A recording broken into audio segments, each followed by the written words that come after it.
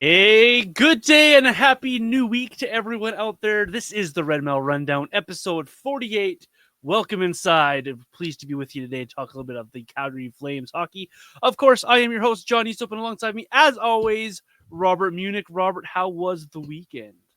The weekend was pretty solid, especially if you're a member of Team Tank. If you're a member of Team Tank, my God, your life is good right now. Yeah, Like what a like you're skipping up and down the street, you're saying hi to everybody, you're giving out high fives. You're in such a good mood if you're on Team Tank, and if you're on Team Playoff, it is just the complete opposite. It's like that meme where you got like two guys on a bus, and like one guy's looking at yeah, like an evil side, and the other guy's looking at like this like amazing yeah.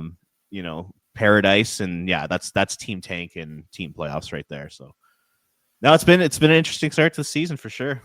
Yeah, we'll get into that in just a second. Just want to thank everyone again for the downloads and the listens as the episodes continue to roll here early in the season.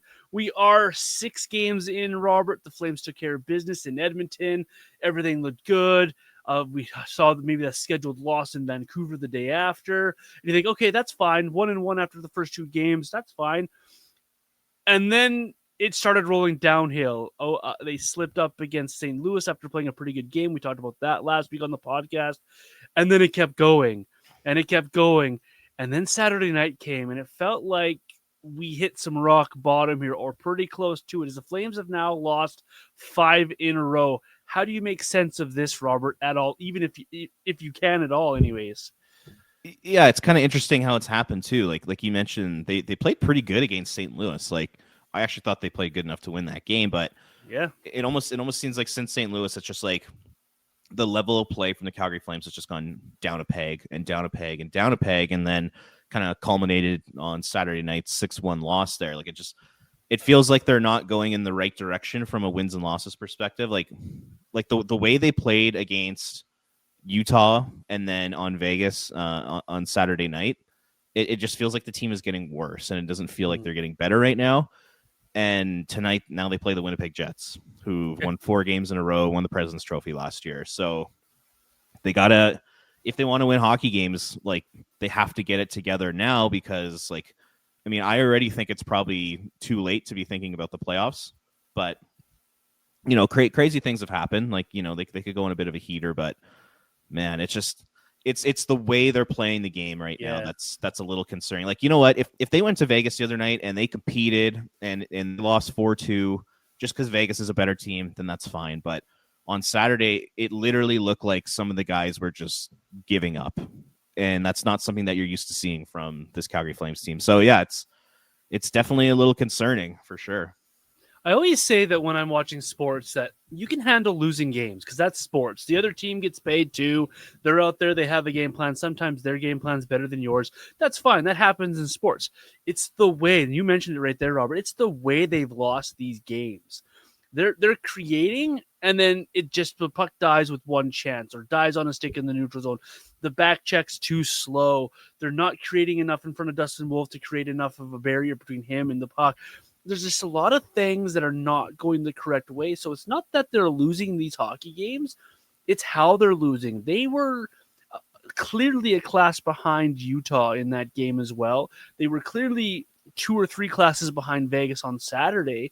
And it's just, you look at it and you're just baffled because this is the same group, apart from 2 or 3 guys here, that last year we were praising their work ethic and how hard they played against these teams, how they would raise their games against those teams they needed to raise their game against. We were praising this exact same group for doing everything that they're not doing this year. And I don't have any answers of why it's going this way. They're clearly not skilled enough. And everyone's ragging on the Ryan Huska system. And we'll talk about Ryan a little bit later in the episode here. But we had the same system last year, and they were grinding out goals. They were finding ways to put it in. Nazem Kadri had a career high in goals last year in the same system. So what's going on with this Flames team right now? It's hard to really pinpoint it down.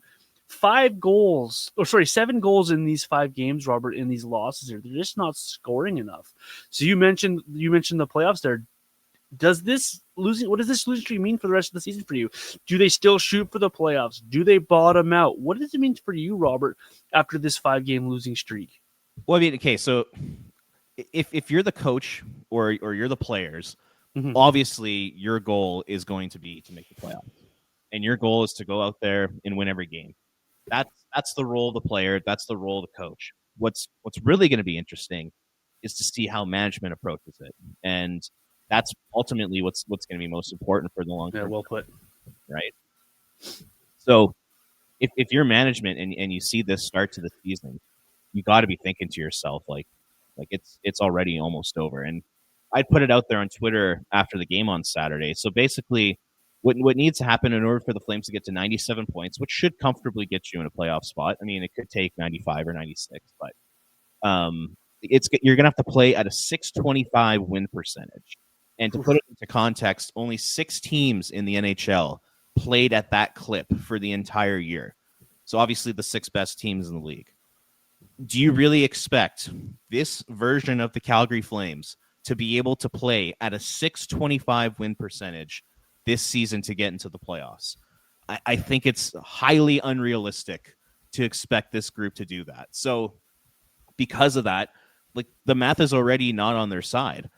And like just imagine this group with the lack of goal scoring, with the lack of depth, and not getting the goaltending that you had expected. How in the hell is that group going to play at a 625 winning percentage? Like, realistically, it's just the playoffs probably aren't going to happen already.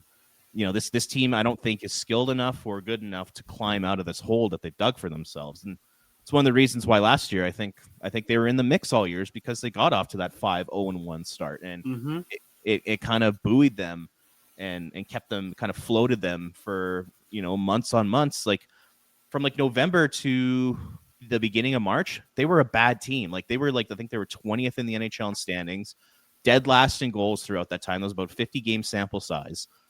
And that's kind of what they are right now. Like they're that team, but they're not being boosted by, a fantastic start to the season and good goaltending. So yeah, if you're the coaches, obviously you're going to go out there and try to win hockey games, but ultimately it's up to Craig Conroy to have the foresight and to have the common sense to not invest in this team even more than he already has. It's funny to say that about the playoffs this early in the season, because you always hear all the broadcasters out there, you don't make the playoffs in October, you can't lose. You can definitely put yourself behind the 8 ball, and that's exactly what the Flames have done here. That's a big clip to ask any team to play at any level of hockey to make the playoffs, let alone a team that struggles to score goals, struggles to keep goals out of their net. They're allowing over 4 goals a game, Robert, average this year, and they're only scoring a goal and a half a game. You're not winning very many hockey games doing that. And to ask them to play at that level, that clip, to make a playoff push at it, I think and I hope the realization in the front office this year is to realize what is happening here before their eyes. I think last year this team, and I hate to keep going back to last year, but it's the same group as last year. They got a nice heater at the end of last season, and they put themselves in a position to be in the playoff spot, and you give them all the credit in the world. But this group is really, I think, showing you what they are. They're not that group at the end of last year. I don't think they're as bad as this group we're seeing at the beginning of this year either. They're somewhere in the middle. What does that mean for this roster? Well, I don't think you're good enough then to be a playoff team, but then are you bad enough to be a top 10 lottery team? And I think we start asking those questions of, are they actually this bad? Are they actually going to be a top 5 lottery team? Or are we just going to go and regress back to the norm again and be one of those mushy middle type teams again? So this is an opportunity, I think, for the Flames to say, let's be realistic here. We still want to compete. You still want to have a good team. You want to put a product on the ice. You can't mail it in after 6 games of the season. You're not San Jose. You got to make sure that you're finding a nice balance here. And I think the Flames are in a good position here, front office wise, to realize, hey, this could be an opportunity for this team to add another good piece through the draft and let Ryan Huska do what Ryan Huska does. I think that this is a year to evaluate some younger players now. This is a year that you could bring back. You can leave Hanzik up, maybe bring back Ridden in and kind of things like that and help your roster out that way to find ways. But you got to find answers if you want to win hockey games in a hurry some here. I don't know if you listened to 32 Thoughts yet this morning, Robert.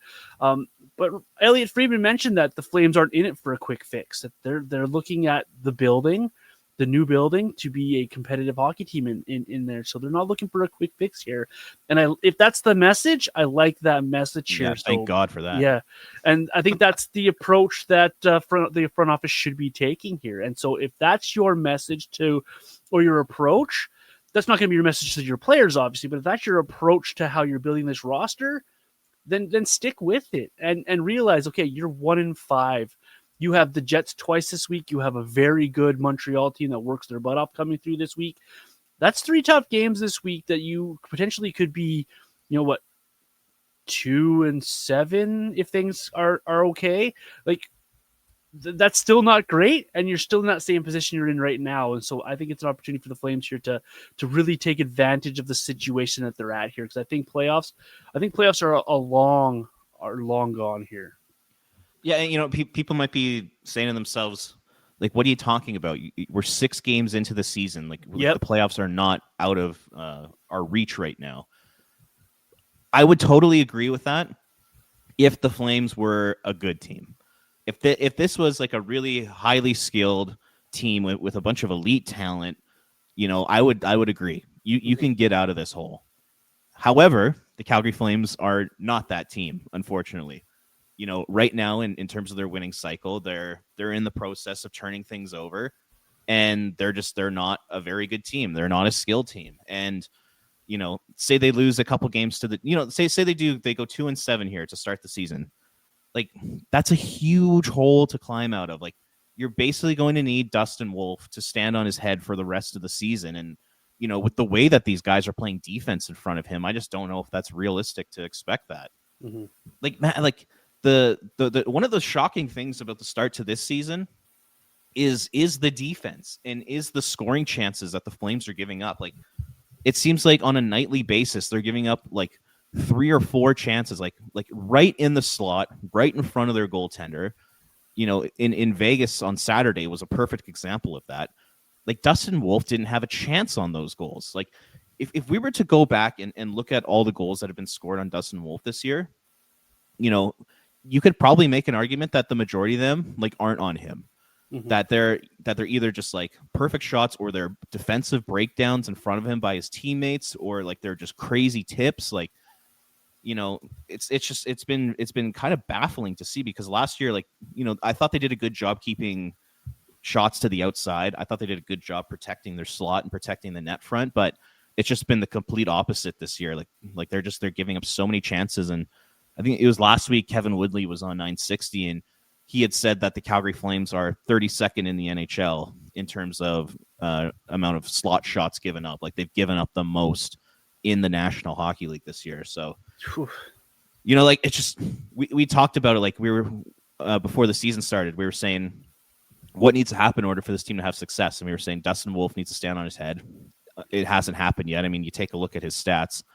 He's got a .854 save percentage and a .430 goals against average. And like I said, it's not all on him, but like, still, you can't have those numbers from Dustin Wolf. Mm-hmm. And then we had said that the middle six needs to score goals. They have not scored goals. They like you take a look at the goal scoring totals here. I mean, Blake Coleman leads the team in goals with 2. Him and Matt Coronado are tied. Connor Zary has 1. Morgan Frost has 1. Where are we here? Sharon Govich, 0. Klapka, 0. Farabee, 0. Kadri, 0. Like, oh man, it's going to be a long year here. But like I said, I just don't know if they're good enough. Like, do you think this team is good enough to get out of this hole? And this hole is only going to continue to get deeper. I mean, you just take a look at the schedule. You got Winnipeg twice. You got Montreal, who's on fire. You got Toronto, who's a very good team, and the Flames seem to never win in Toronto. And then finally it gets easier at the end of the month, but it's been a pretty ugly start, hey? The Flames never win in Toronto because they forget 34s on the other side half the damn time. This Flames team, I think, are the playoffs out of the question? I don't think they're out of the question entirely, but it's pretty much far gone for them right now. You're not getting the saves from Dustin Wolf, and I'm not going to listen to the size argument that I've gotten on Twitter from people. That's just not it. I'm not going to listen to the fact that he's not a good enough goaltender. That's not it either. Yes, he needs to make the saves, but this guy needs help. The highest plus minus on the defense right now goes to Daniil Mirmanov.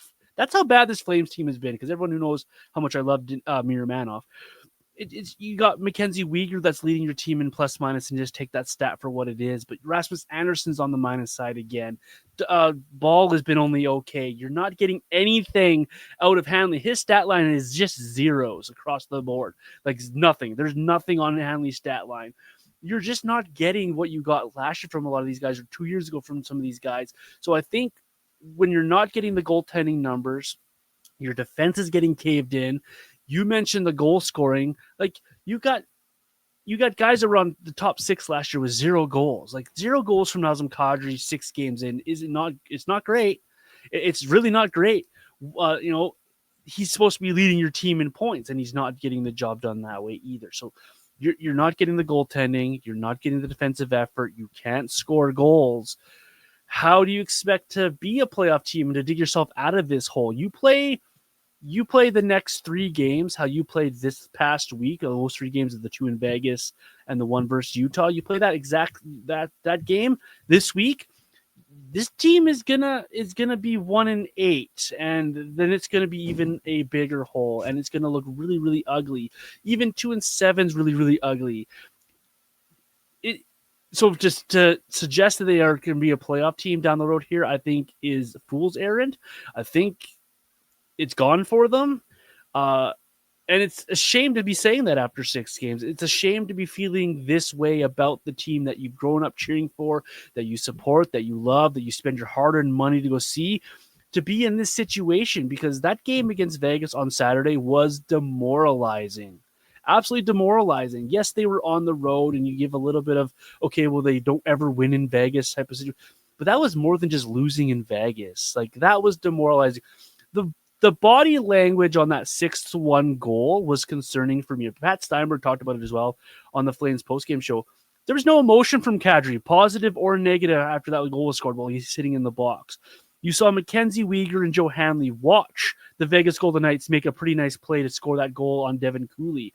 And you watch the body language on the bench, just was like, they were almost nonchalant about it. Like, where's the emotion from this group now? That's what you have to do, is now we're trying to figure out where is the emotion, the character of this group. Because even if they don't rebound to the playoffs, Robert, let's at least be a team that battles, be at least a team that shows up and plays a good brand of hockey, and be a competitive group. Whether you make the playoffs or not, whatever.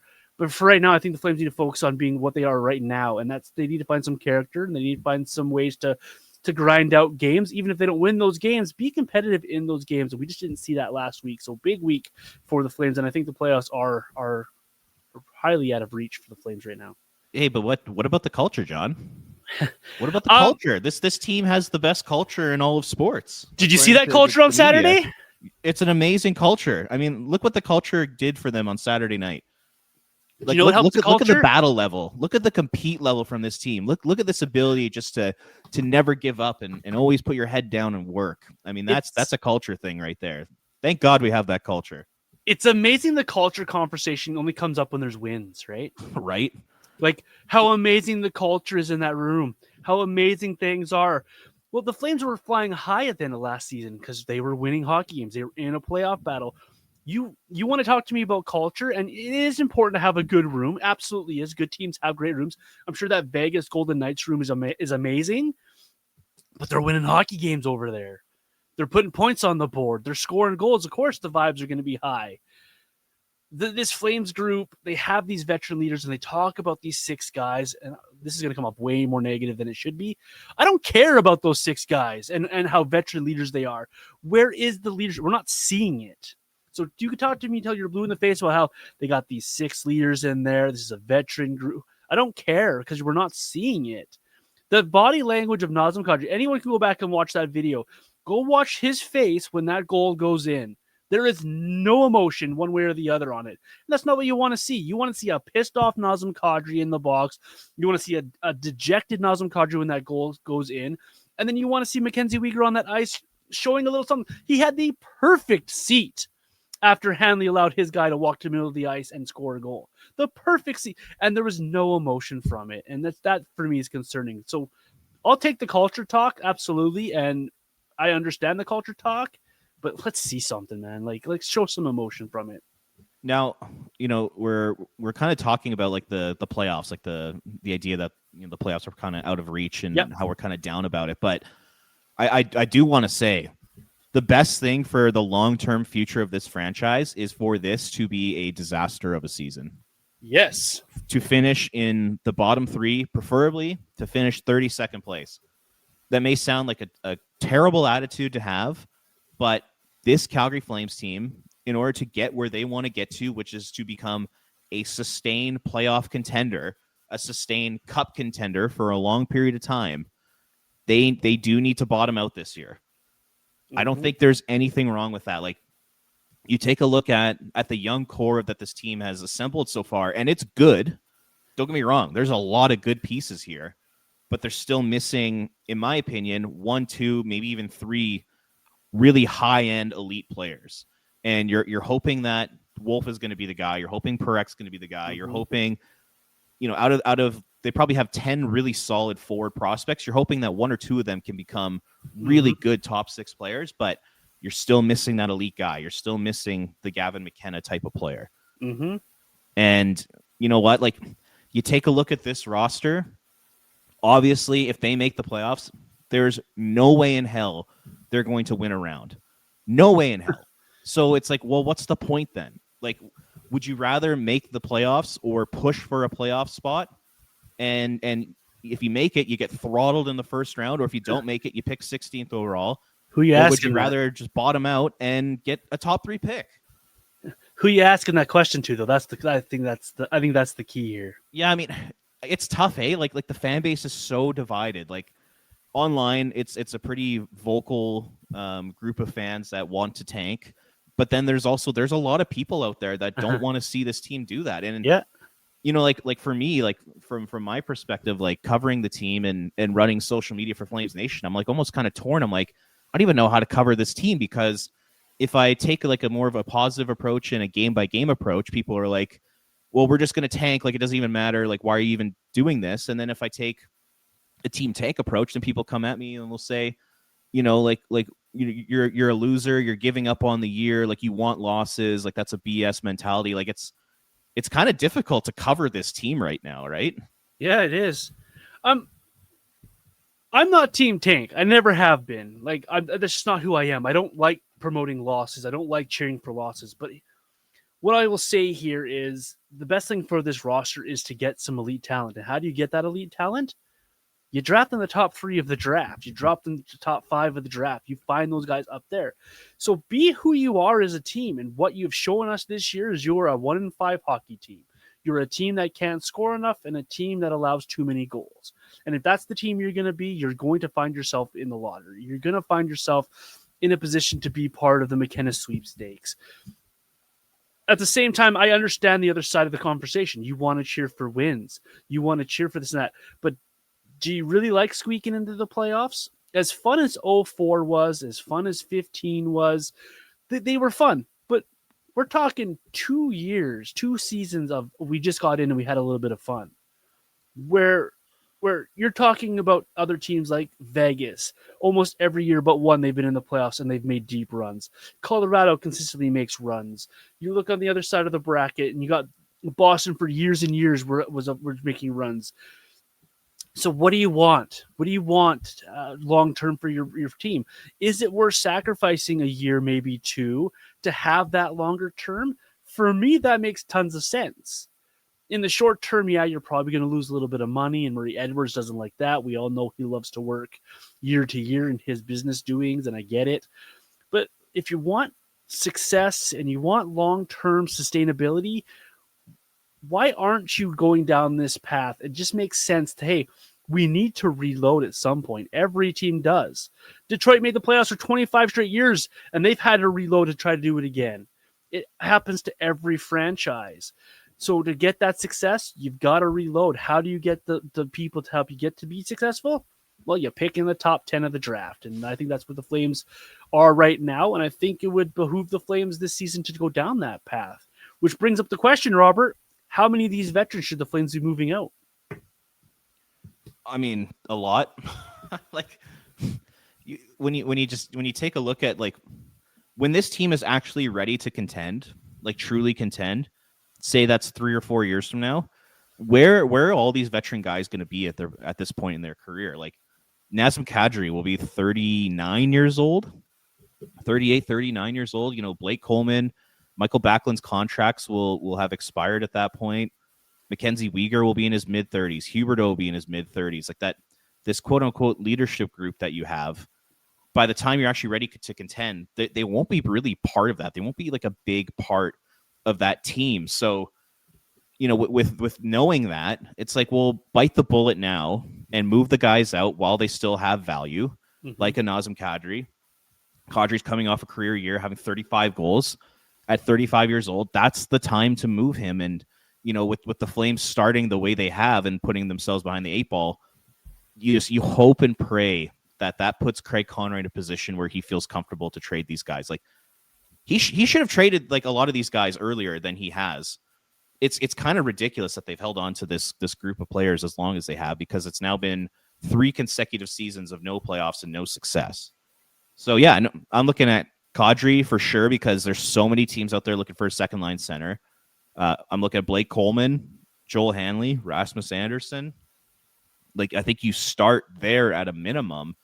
And then if people come calling for a Frost or a Farabee or a Sharangovich, which is probably not. No one's calling for Sharangovich. Yeah, who am I kidding? Why did I even throw him in that mix? By the way, Kevin Bieksa roasting him on Hockey Night in Canada was fantastic, because nobody else in the media here in Calgary would even do that with a 10-foot pole. So yeah, touch that with a 10-foot pole. So I was happy to see that. But yeah, it's time to start moving out veterans. It's time to officially rebuild, even though they should have officially been doing that like 2 years ago. Yes, now this is the season to do this. Stop holding on to these players, because the longer you hold on to them, the lower their trade value is going to get. Like look at the way Rasmus Anderson has started this season.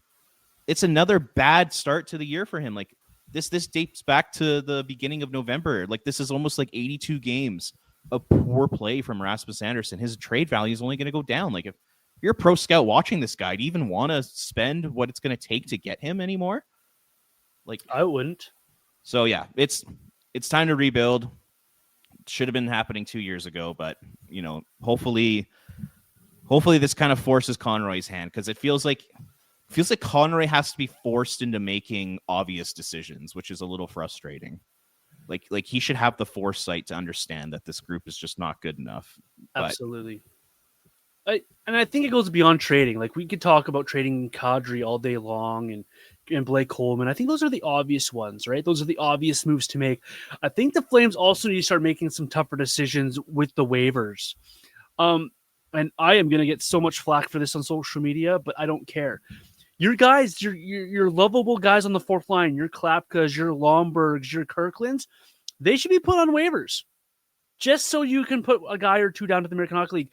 Bring up some of these guys, Rory Cairns, bring back Ridden, and start going down that road as well. So you're trading your veterans, you're bringing in your players from your organizations. As fun as Lomberg is, I don't think he added anything to that game on Saturday. Not that very many Flames did, but I don't think that he did anything. Like he had a fight in the first period, but why? Like, so you have these guys on your fourth line or third line that aren't really doing much and producing a ton of things. So I think it goes beyond just trading some veterans. I think it's time to allow a bit of a shift in your bottom part of your roster as well. Why is Miromanov and Jake Bean both on this roster? Why aren't you trying to find out what Kuznetsov is at this point of his career and what you have here? He's getting up there. You know, his age is going to be 26 before we know it. So he needs to play. You need to figure out what he has, and you've already had to put him through waivers once. You got to try to figure out as well what you have, as well as trying to move this team forward. And if you're going to be, let's say they're 2-7 at the end of this week, you're clearly not a good hockey team. You're 9 games in. You've won 2, one of them by sheer luck in Edmonton because Bouchard is a pylon. So you're not getting the luck. You're not getting the wins. You're not putting these together. Why not start going down that path and allowing yourself to use this entire season as a good evaluation tool And maybe Matt Tagerton is a 40-goal scorer in this league down the road, but you're never going to know unless you play this guy every day. What is Rory Cairns? Can he be a third-line center on this team down the road? So on and so forth. So I think the opportunity for the Flames in front of them here is almost a fork in the road. Do you just want to be that mediocre, mushy middle team? Then by all means, put the veterans back out there and let's plug away with a third pairing of Jake Bean and Danilo Miromanov and let's go to town here. Or do you want to actually build something and progress this roster towards more being competitive down the road? And I think that's the decision they have to make here. And I really hope that Craig Conroy can make that decision, and he's allowed to make that decision and goes about and does the right thing here for this organization. Because I don't know how many more people would enjoy mushy middle. Even if you are pro playoffs, do you really enjoy every year 10th place, 8th place, 9th place every year? It's a bit much for me. Yeah, and like you just said, what do you think your fans want to see? Like, why don't you think about them for a second, which it feels like this team doesn't do, like from a front office perspective. 100%. Do you think this fan base in this city, they want to continue to see these older veteran guys that are doing, not what they're supposed to be doing on a nightly basis? You keep rolling out Coleman and you keep rolling out Farabee and Sharon Govich and all these guys. What fans want to see is the future. They want to see the young players. They want to see Rory Cairns. They want to see Matvei Gridin. They want to see Hunter Brstevich. You want to see William Stromgren get an opportunity. Give Sam Morton an opportunity at fourth line center. That's what the true hockey fans in this city want to see. They don't want to see this group this mediocre hockey team or worse than mediocre hockey team go out there on a nightly basis and don't put in an exciting effort. And the fans know that these guys aren't going to be a part of the future. So let's give the fans what they want, but that's not how this works. That's not how the front office is going to approach it. It's not how the coaching staff's going to approach it, but that's what the fans want. They want to see these guys. They're tired of seeing these mediocre NHL guys that aren't going to be around here long term get opportunities over guys that have a potential to be here for a long time. It's very frustrating from that regard.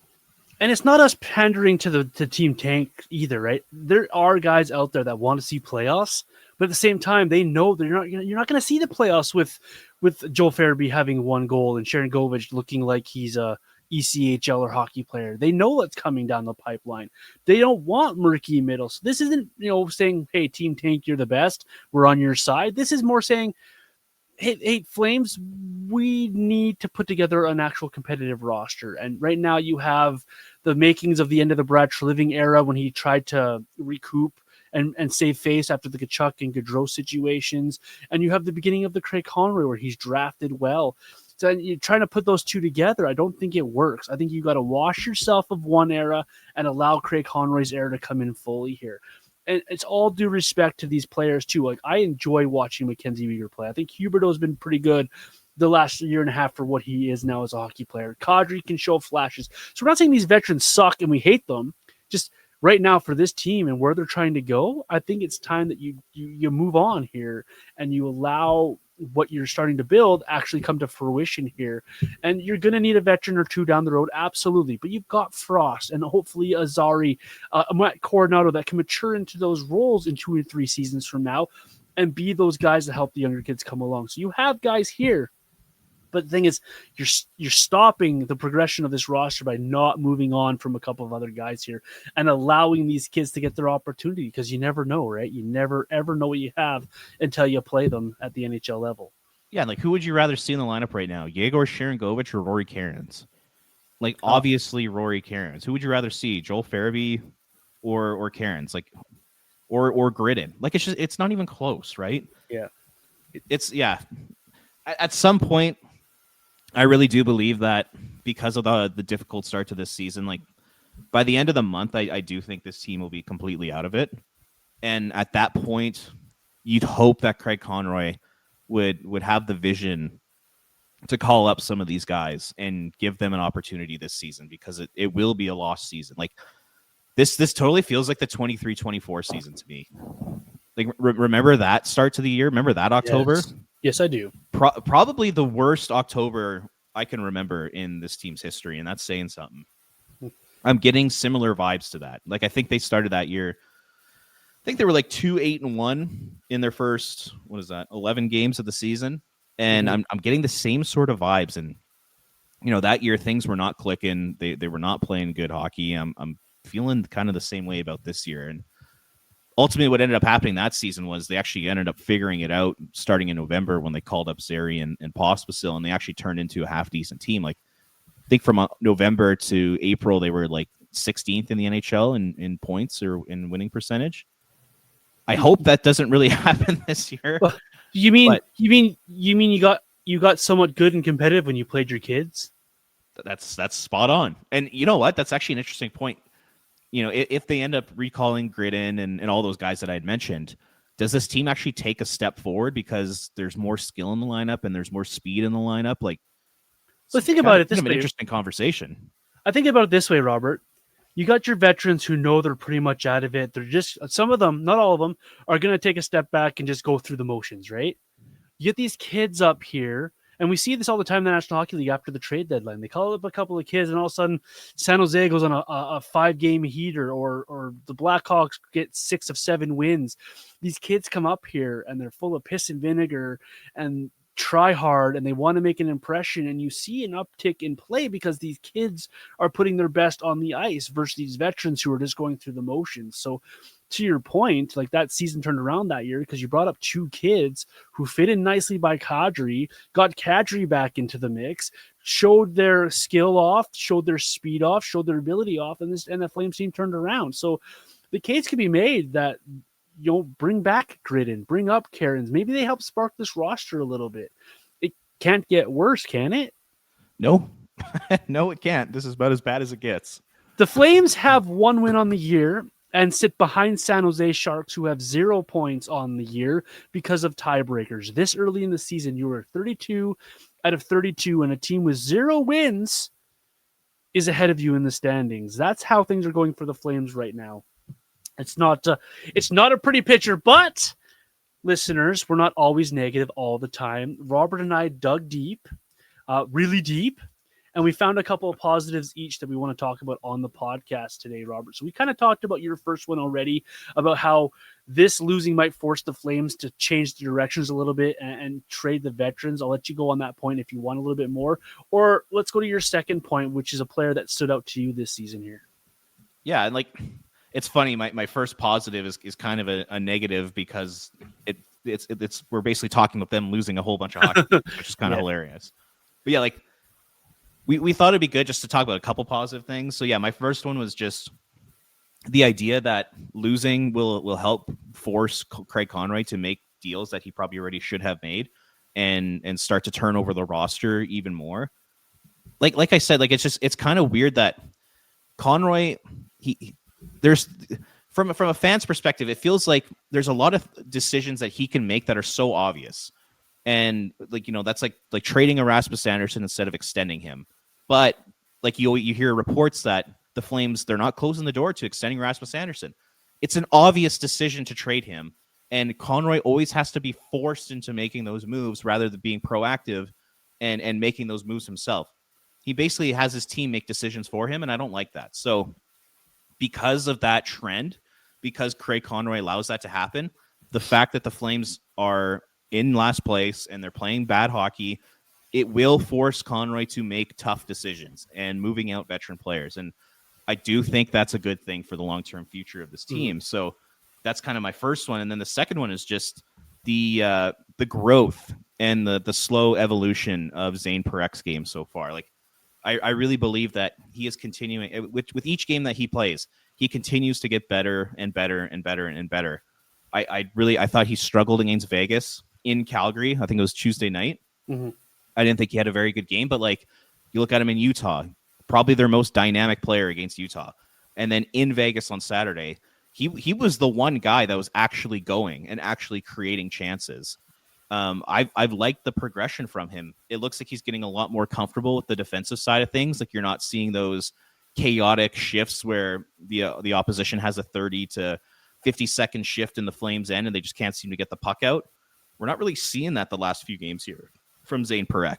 Mm-hmm. And then on the offensive side of things, I think he's been really good on that second power play unit in the limited amount of time that he gets. for Ryan Huska not to use him on the first power play unit is honestly ridiculous. It's insane that Zayne Parekh is not running that first power play unit. He'd be such an upgrade on Mackenzie Weegar in that spot. Like, it's his skill set. Like, he's the most skilled player on the team. He's the most talented player on the team. Why is he not on the first power play unit? That just feels like Ryan Huska pandering to a veteran. So hopefully we'll see Parekh on the first power play unit shortly. And then, in Vegas, he ended up playing with Kevin Ball. Like, could we see some different D pairings? Like, we'll find out this morning at morning skate. Mm-hmm. But yeah, just I've liked the fact that Parekh seems to be getting better as each game progresses, and I only think it's a matter of time before he breaks out and starts putting up a bunch of points. Because the last couple games, everybody around him has been listless, lifeless. He's been the one guy that's actually been creating, and it's very exciting. So I'm excited to see how he continues to progress here. And I'll add to that by saying he's done it with 4 different D partners. Yeah, right. Good point. Really. So good point. You have this 19-year-old kid in the lineup that you're hoping to progress along. You'd think, okay, let's put a nice veteran with them and let them work together, let them work through things. Nope. Hey, Parekh, here's Hanley for a game. Then we give you Paul for a game. How about Jake Bean against one of the best teams in the league? How about that be your D partner, right? I think it's high time that they do change the D pairings around. Put him with Kevin Ball or Joe Hanley or whoever you pick to be with him as a veteran beside him, and just let those two play together. Allow Parekh to get comfortable. Allow Parekh to continue his progression. A defenseman beside him that can help him learn the defensive side of the game and bring that side of his game along here. Give Parekh the minutes on your top power play unit, like you've mentioned, Robert. I'm fully on board with that as well.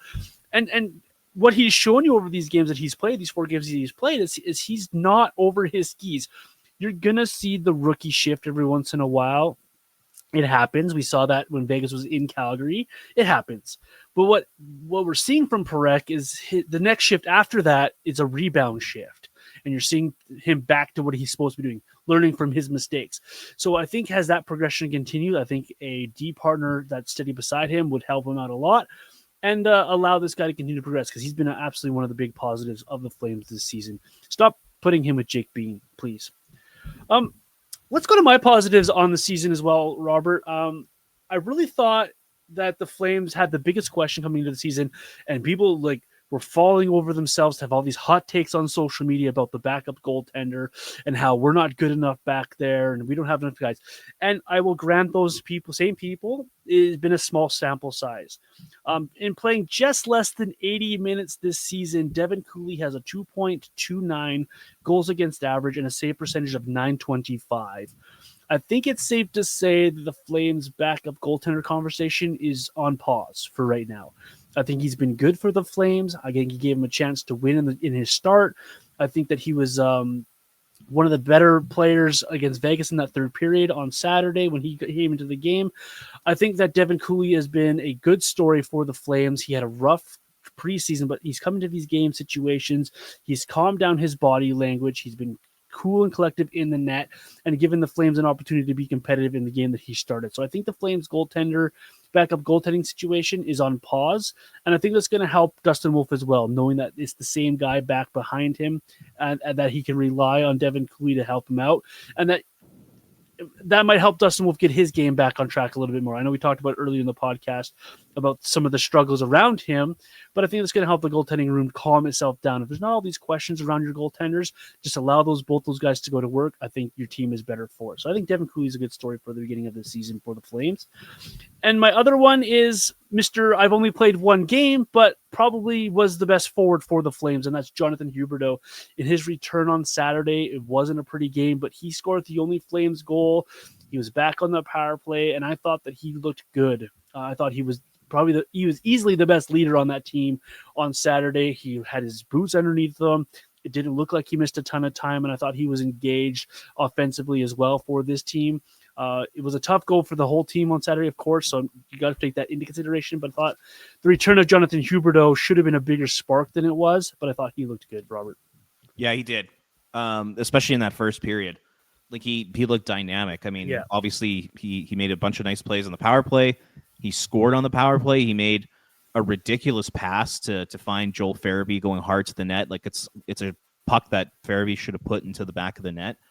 And yeah, it was set up by Huberdeau. Like a lot of people online were joking around, and like I remember I posted just like an article on Flames Nation saying that Huberdeau was going to return to the lineup, and there were a lot of sarcastic responses saying like this is the guy that's going to turn around the season.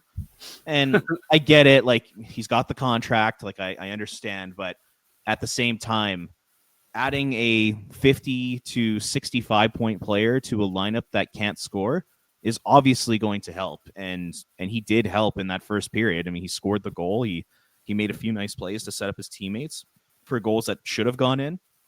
So good on him. And the Devin Cooley one, I think, is an awesome story so far this year. I know it's only been 4 periods that he's played, but they've been 4 excellent periods, and everybody in the hockey world was doubting him. So for him to early on shove it up everybody's hoop, I think is a great story for Devin Cooley. So I'm happy for him. Yeah, like that game in Utah that he played, like it was only a 3-1 game with an empty netter goal, right? So like he held that team in it. He gave them every opportunity.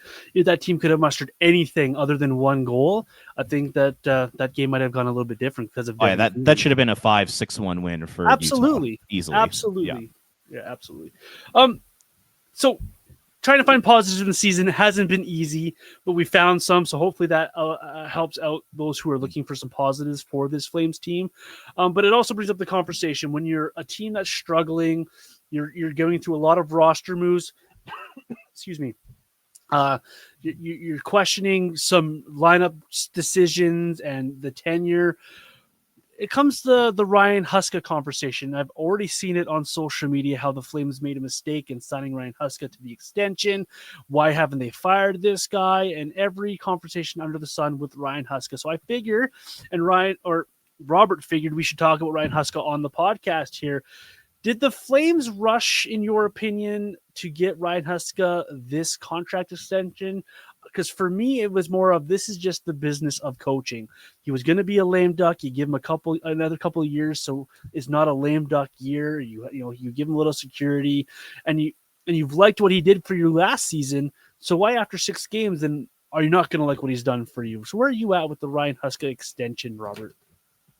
Yeah, I mean, like him signing an extension doesn't really matter. We saw the Calgary Flames. They're willing to make tough decisions when it comes to their coaches. We saw with Daryl Sutter. Mm-hmm.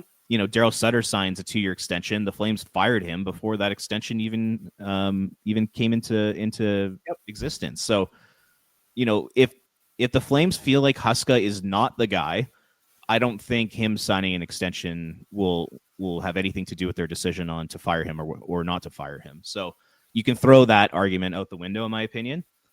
But like when it comes to Huska, for what we can judge him on as fans is what kind of person he is, what kind of leader he is, and is this the person you want to take your franchise forward? We as fans, we don't know the ins and outs of his system. Like I see people online, they always say Huska needs to change his system. Huska needs to change his system. So much. And they never give specific examples of what they want to see that's different. Yeah. And I think it's just because the game of hockey from a systems perspective, like for the average fan, that includes myself, like I don't know the ins and outs of hockey systems of neutral zone play and forechecks and defensive zone coverage. Like I'm not an expert in that field. So and a lot of people aren't either. So for people to say the system's got to change, well, I think that's a little unfair because I don't think you even know what the system is, and like I don't know what the system is. So that's number one. But from like an actual like leadership standpoint, I think Huska's a really good coach. Like I really like his demeanor. I like the way he treats his players. I like the way he communicates with his players.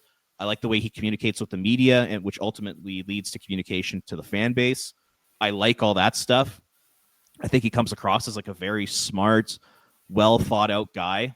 He's not someone who's gonna make irrational, emotional decisions, which I think is important in such an emotional sport. Mm-hmm. So like the person Ryan Huska, I think is great. I think the leader Ryan Huska is great, and he's the kind of person I think you want leading the Calgary Flames into the next couple years of their rebuild here. The frustrating thing from my perspective with Huska is just I feel like he gets very stubborn with his lineup decisions. He's not willing to allow young players to go out and play a bunch of minutes and make mistakes. Feels like he's very protective and he likes to shelter those players. And that can be frustrating because, like for example, I'm seeing Rasmus Andersson. He's having a terrible start to the year. Like he has not been good. I'm seeing Mackenzie Weegar's having a really bad start to the year. Yet, and then I see Zayne Parekh, who continues to get better and better, yet he is still sheltered. The only time Parekh is getting a lot of minutes is when the Flames are down by a lot of goals. So it's like he continues to trust veterans who aren't getting the job done and doesn't trust young players who could probably do the job just as good or if not better than some of these guys right now. And that can be a little frustrating. Like it's just like some of those lineup decisions. The fact that he continues to go back to Jake Bean and Daniil Miramanov does not make sense to me. The fact he continues to put Ryan Lomberg in the lineup every single game does not make sense to me. So in terms of lineup decisions, yes, I think there's definitely room for improvement there, but I like the person. I like the leader. Systems, once again, I don't really know what changes they should make to their system. People say that they need to be a lot more creative offensively and unleash these guys, but it's like, do they even have the talent to really do what that? guys? Like, if he unleashes them and they end up giving up even more chances in their own end, could these games get even uglier? It's a serious question. So I am not on the Fire Huska bandwagon. I am definitely not with those people online.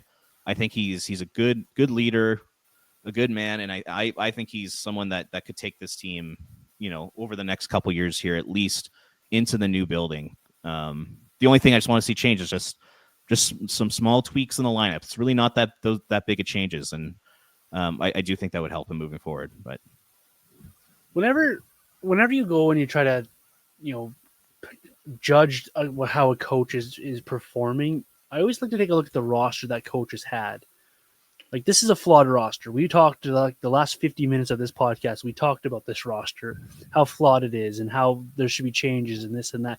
So we're judging Ryan Huska based on a flawed roster to begin with. So I think questioning his playing style or his system, I think I laugh it off almost, because it's just like, at the same time, like, what do you want him to do? You just mentioned it there, Robert. They don't have this defensive structure. This team falls apart. Vegas ripped them to shreds just because they found a way through the defensive structure. What if they unleashed that roster on Vegas?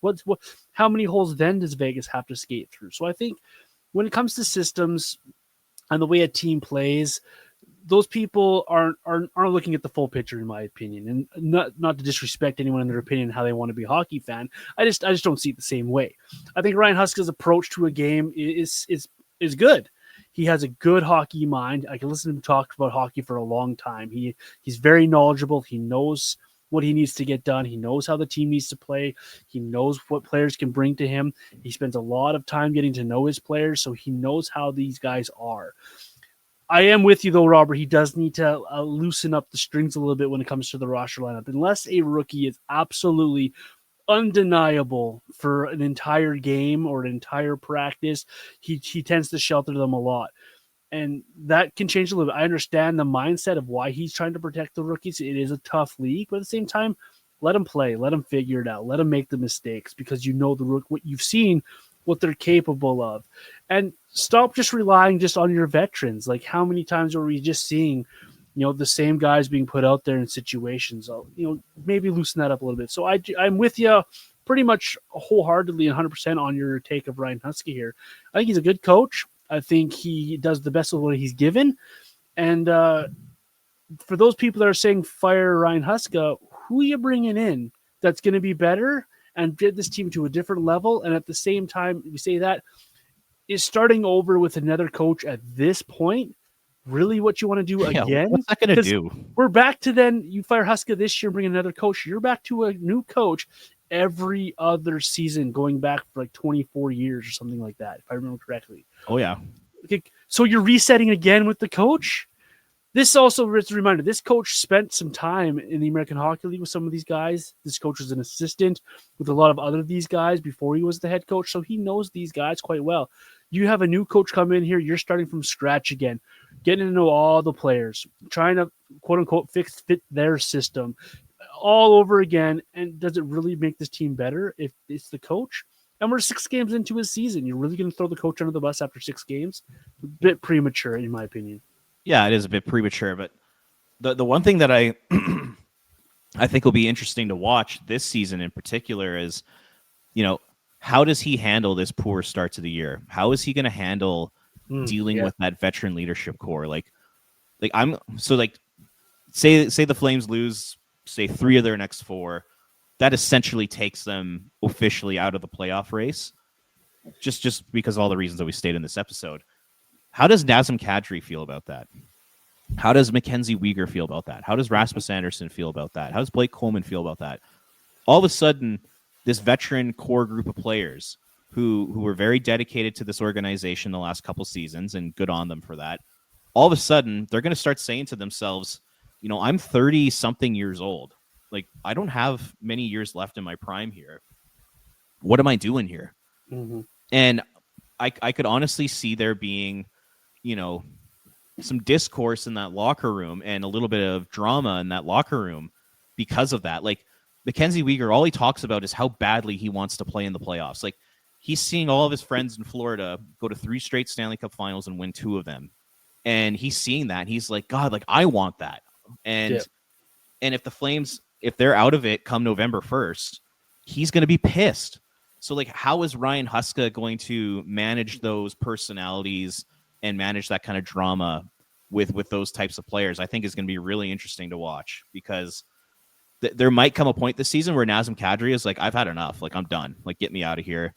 Mackenzie Weegar, he's been very dedicated to the city of Calgary, and I respect the hell out of him for it. There might come a point here where he's like, I don't think I can make the playoffs here within the next 3 or 4 years, and I'm 31, 32 years old. I want to go make the playoffs somewhere. Like, it's going to be interesting to see how he handles that whole thing, because I could see there being some drama this season with some of the veteran players. And that's not like saying that these veteran players are bad guys. They're just saying, like, that's human nature. I want to win. Yeah. I'm getting up there in age. I want to win hockey games. I want to make the playoffs. Like, one thing I kind of thought about when watching that Vegas game, like, we're talking about the body language of these guys and all that kind of stuff. I'm almost wondering, like, during that game, like, guys like Weegar and Kadri, were they, like, embarrassed to be on the ice in that situation? Like they see this Vegas Golden Knights team where everybody wants to go play there. They're playing in an awesome city. There's no state tax. The team wins. They're playing in a brand new, amazing building. I know we're getting a new building soon, but, do they almost get a little jealous? And do they see that and just go like, like, God damn it, I want that in my life right now? Like, I could see something like that happening. And how Huska and Conroy handles that, it's going to be interesting to see, because that's going to be a big challenge for them. Like, dealing with NHL players is not easy. I think there's a lot of ego involved, and they're rich. They're rich young professionals. Like, I think that's going to be one of the more interesting storylines to follow this season. And you're going to be fighting human nature. Like, it's human nature to want, right? As well. Totally. Ryan Huska cannot have a normal season, can he? No, he can't. This is his 3rd season in charge, and he's gone through that whole debacle 2 years ago of all those players. Last year's up and downness, and then off to this horrendous start this year. So overall, I think you have to like the job Ryan Huska's done based on everything he's gone through. And here's another challenge in front of him here with this slow start. Robert, let's take a quick look ahead to this week and what Ryan Huska and the Flames have in front of them, because before we talk next week, it's home against the Jets, home against a very good, hardworking Montreal Canadiens team. You're in Winnipeg, and then you're home to face the Rangers, all before we talk next week. That's 4 games. That's 8 points. How do you see this week working out for the Flames, especially tonight versus Winnipeg? Not great, John. Not great. You're playing the President's Trophy winners twice. Not easy to do. You're playing a Montreal team who stylistically, I think, matches up against the Flames very well from a Montreal perspective, because they're so fast and they're so skilled and they're so offensive. I don't know if the Flames can keep up with them. They're so good. That Montreal team is underrated, in my opinion. That's they're fun to watch. Team. Yeah, Nick Suzuki is one of the best captains in the league that's never talked about. That's a good roster. Yeah, like Nick Suzuki, he leads the NHL in points since the Four Nations face-off. It's insane. He's so good. Like that's how good this guy is. Like, and yeah, nobody talks about him. Like this, and like I've watched a lot of Montreal Canadiens games this year. They're so much fun. They're so entertaining. Like Hudson is remarkable to watch, and Demidov is remarkable to watch, and Coffey. Like just you just go on and on and on with that team. And Montembeault in goal, like people aren't giving him enough credit. He's not going to be your Vezina finalist type of goaltender, but that guy is going to give you. I'm going to allow my 2 goals probably, but I'm going to give you every opportunity to win this hockey game. Absolutely, he's a very steady goaltender back there for that roster as well. Yeah, and like I think he started over 60 games last year, or he was like in the high 50s. Like he plays a lot of minutes, and he's very solid. Like, so yeah, they're in trouble. They got him off of waivers too, by the way. Did they really? Yeah, from Florida. Jeez. Yep. Hell of a pickup. Yep.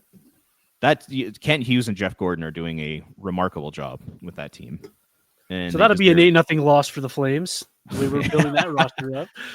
The one game I could see them winning is against New York because the Rangers they're very hit and miss. You don't know what the heck you're going to get from them. And the Flames like to batter Shesterkin. It was last year, 2 years ago, they won both those games like 6-1. And Shesterkin was absolutely awful. So that is a winnable game for them, especially if Shesterkin starts because they send for some reason they have his number. Yeah, Matt Coronado lit him up last year. So yeah, no, that's a potential win. But yeah, man, they're in tough this week, and it just feels like this hole is just going to continue to get deeper and deeper, which I don't think is a bad thing. But if you're hoping that the Flames are going to be a playoff team this year, this is not the schedule you want to see this week.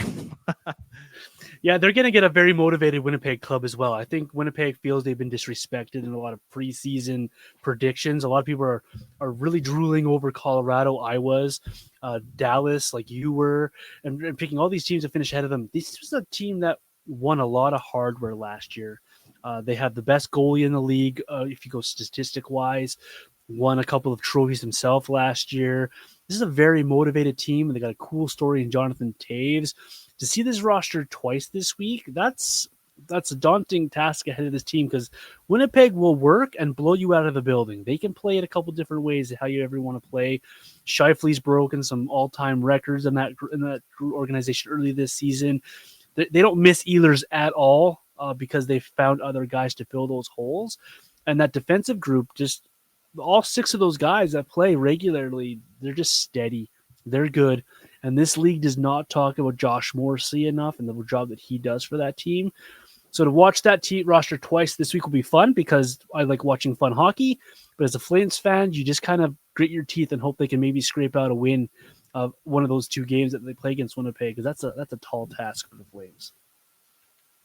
Yeah, we're in one. We're definitely in one. We're in one for sure. All right, Robert. We've talked about a lot on this episode. We have a lot of games coming up this week before we speak next. Anything else you want to bring up on the podcast? If not, what's coming up from you on the old flamesnation.ca? Oh man, that's actually a great question. Like last week I wrote my 5 observations through the first 5 games, which was a fun article to write, but it's a kind of a hard team to write about right now just because a lot of the storylines are so negative. So, you want to try to not dive into that too much, but once again, I'm sure I'll come up with a couple of different ideas. If there's anything you do want me to write about, hit me up on Twitter. But I'll be going to the game tonight, so I'm excited to be in the Dome for that one. And then I'll be on Afterburner on Wednesdays after Wednesday's game, so I'm excited for that as well. So it's gonna be a fun week here. That is Robert Munich. He is Ring of Fire CGY on social media. I'm Vintage Johnny 84. And of course, the show is Red Mile Rundown wherever you do your social media posting. Appreciate you sticking with us through this episode. Hopefully, we found some positives for you. Look forward to the hockey, despite how we've talked about the team this week. I do look forward to the hockey games. It's always fun to have Flames hockey. Hopefully you can see some kids sooner than later. We'll talk to you guys next week here on the show. Enjoy the games. And go Flames.